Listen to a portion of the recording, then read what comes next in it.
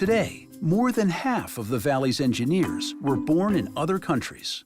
Doing something that is really innovative and cutting edge and that you can't do anywhere else, that is a compelling story, and that's why they come here. The roster of immigrants who have shaped Silicon Valley includes Alexander Punyatov from Russia, founder of Ampex; Andrew Grove from Hungary, CEO of Intel; Jerry Yang from Taiwan, co-founder of Yahoo; Andreas Bechtelsheim from Germany; and Vinod Khosla from India, co-founders of Sun Microsystems; Elon Musk from South Africa, founder of Tesla; and from Russia, a young man named Sergey Brin. Sergey's mother was disappointed he didn't complete his PhD, she told me. I was like, well, everything else turned out okay. It's hard to think of another Valley company whose name is said as often by so many. We say the internet gathered up all the world's information and gave us access to it. No, Google gathered up all the world's information and gave us access to it. It's really the ability to search for knowledge that is the transformative event of our era. This global giant, like so many of the Valley's legendary firms, owes its founding to the Valley's magnetic attraction, a force that draws two ambitious young people here. It's, two people out of Stanford, that never had a job before and started what today is one of the most successful companies in the world. Larry Page is from Michigan. Sergey Brin, born in Russia, grows up in Maryland. After college, each wants to pursue a PhD in computer science. Each decides to come to the Valley, to Stanford, where in 1995 they meet. The next year, they decide to work together on a thesis project to improve the sorry state of search on the internet. Search on the internet had become horrible. The sheer amount of information available is immense, almost overwhelming. And so finding things that were relevant was very difficult.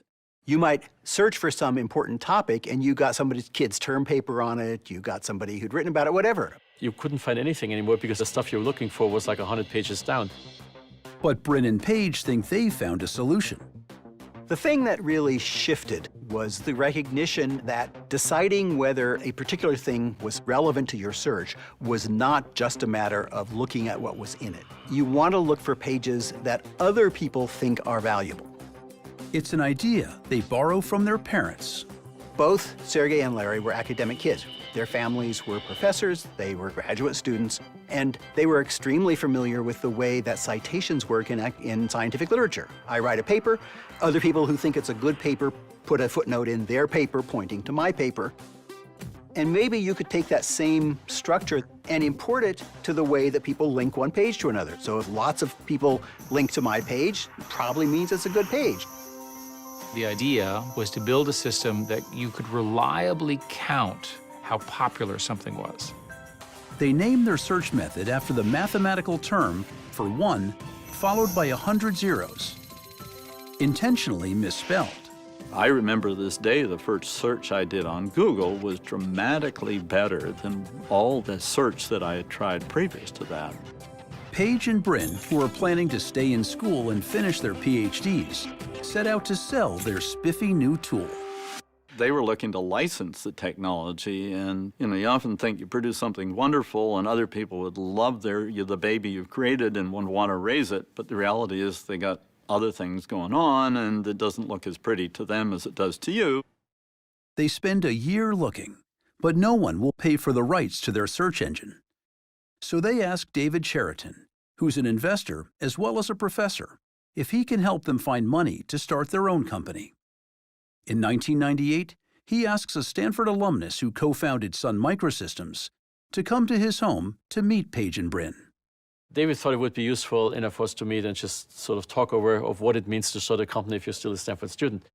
So we met at David's house in Palo Alto, and it was like early morning at 8 o'clock, and I had a 9 o'clock meeting at Cisco, so I didn't have much time. Larry and Sergey arrived first, and so they were out there on the front porch with me and connected into my Ethernet at home. And Andy pulled up in his Porsche and hopped out, and they demoed the Google running on this laptop.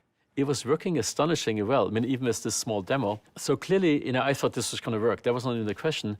The only question was, how would they make money with this? So the next question was like, what's the business model? How do you monetize this? And they would say, well, we can then link this all to these relevant ads. So relative to the search term you have, they could have this unlimited ad inventory and just you search for a tennis racket. Here's an ad from people who want to sell you tennis rackets, and and they will charge 5 cents a click for that, which is still the basic fee today. So in the back of my mind, I was calculating, they're going to get 1 million clicks a day at 5 cents a click, $50,000 a day. They cannot go broke. So it was clear that this was a money-making machine. So he said, I don't want you guys to have to, take too low a valuation or to have to worry too much about these money things right now. Why don't I just write you a check? So he went back to his car, came back with his checkbook, and he wrote us a check for $100,000. A new company is born, and soon a new verb, to Google. The website pulls in so much ad revenue that Google quickly becomes a very big business. When it goes public in 2004, it's worth $23 billion. By 2017, it's one of the most valuable companies on Earth, worth $600 billion.